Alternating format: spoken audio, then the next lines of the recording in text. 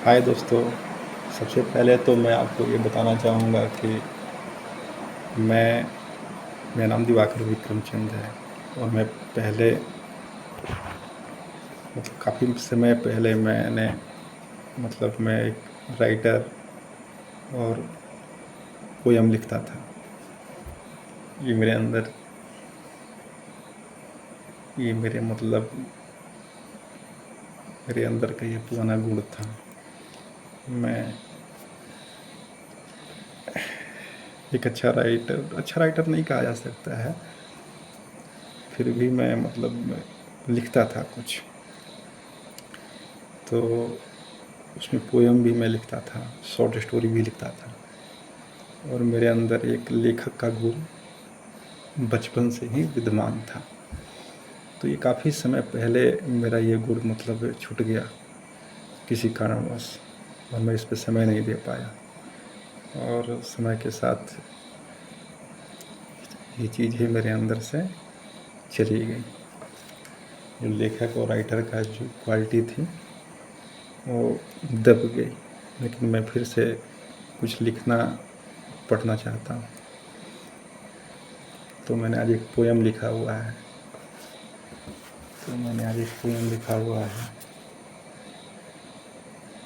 और ये पोयम मैंने माँ के ऊपर लिखा है। तो पोयम तो मैंने बहुत जल्दी में लिखा है, फिर भी मैं आपके सामने प्रस्तुत कर रहा हूँ। शायद ये आपको अच्छा लगे। मैंने काफ़ी कम समय में 2 मिनट के अंदर मैंने इस पोयम को पूरा किया है। जैसा भी है, ये सेल्फ इम्प्रूव बोला जा सकता है इसको, चाहे सेल्फ राइटिंग भी इसको बोला जा सकता है।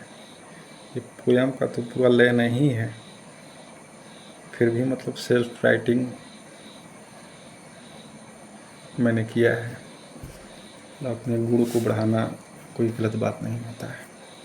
तो आइए मैं इस पोयम का पाठ करता हूँ। तो बेसिकली ये पोयम माँ के ऊपर, जो हमारे इंडिया में माता जी बोला जाता है, माँ बोला जाता है, मम्मी, उसके ऊपर है। तो पोयम का मैं पाठ करता हूँ। माँ तू एक शब्द नहीं, एक दया और करुणा की देवी है। माँ तू एक शब्द नहीं, एक दया और करुणा की देवी है। तुझको कोई समझा नहीं, यही भूल समाज की सबकी है। माँ को जो समझ गया, फिर भगवान और माँ में कोई भेद नहीं।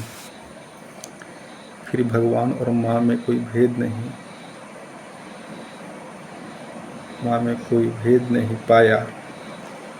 माँ को जो समझ गया, फिर भगवान और माँ में कोई भेद नहीं पाया। माँ की नज़रें क्या तलाशती हैं, मेरी संतान खुश रहे, यही वह दिन रात सोचती है। मेरी संतान खुश रहे, यही वह दिन रात सोचती है। खाती खाना वो पहले कभी नहीं, जब तक उसका संतान पहले भोजन करता नहीं। कहने का तात्पर्य है, माँ कभी भी खाना पहले नहीं खाएगी जब तक वह अपने पुत्र पुत्री या बेटा बेटी जो भी है, अपनी संतान को सबसे पहले वो खाना देती है, उसके बाद ही खाना खाती है। तो मैंने ये सब डाला है और ये जो गुण है माँ का, मैंने अपने माँ के अंदर पाया और ये सारे माँ के अंदर ये गुण होता है। दुनिया की जितनी माँ हैं उनके अंदर ये सारे गुण होते हैं अपने संतान पुत्र पुत्रियों के लिए। तो मैं ये कहना चाहूँगा कि ये कविता दुनिया की सारी माँ के ही ऊपर है।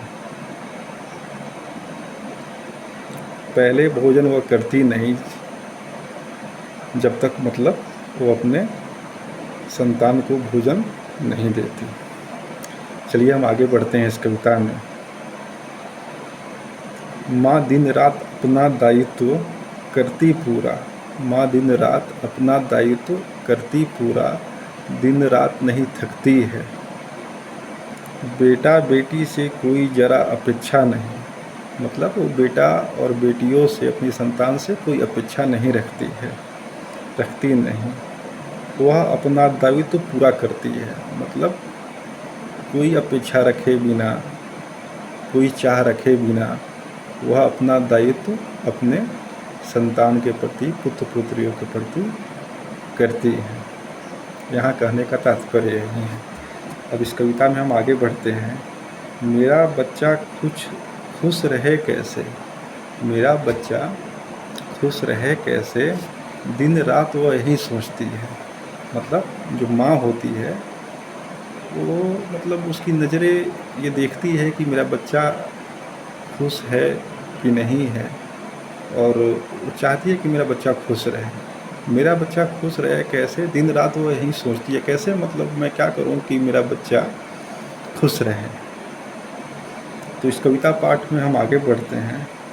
अपने बच्चे को खुश देख कर वह, अपने बच्चे को खुश देख कर वह खुश रहती है, अपने बच्चे को खुश देख कर वह खुश रहती है, दुखी देखकर दुखी रहती है। कहने का तात्पर्य यह है कि अपने बच्चे को अपने बच्चे की खुशी में ही उसकी खुशी होती है, और अगर बच्चा उसका दुखी रहता है तो माँ की भी आत्मा रोती है, मतलब वो भी दुखी हो जाती है। उसका जीवन एक कर्तव्य की देवी सा, मतलब उसका जीवन एक मतलब कर्तव्य की देवी सा है, मतलब वो बस अपना कर्तव्य पालन करना ही जानती है, इसके सिवा कुछ नहीं। उसका जीवन एक कर्तव्य की देवी सा, जो अपने कर्तव्य से कभी नहीं मतलब मुंह मोड़ती है। वो अपने किसी भी कर्तव्य से, माँ होती है, कभी मुंह नहीं मोड़ती है, कर्तव्य की देवी होती है। उसकी ना कोई अपेक्षा है ना चाह है, बस वो अपने कर्तव्यों को पूरा करती है, सारी भावनाओं को दबाए हुए। अपने संतान, अपने पुत्र पुत्रियों की बातों को भी वो नज़रअंदाज कर देती है, किसी बात को बुरा नहीं मानती है। तो इस लाइन में मैंने ये लिखा है, उसका जीवन एक कर्तव्य की देवी सा है, मतलब पूरी वो देवी है कर्तव्य की, जो अपने कर्तव्य से कभी भी मतलब पूरे जीवन काल में कभी मुंह नहीं मोड़ती है, वो अपनी कर्तव्य का पालन करती ही करती है।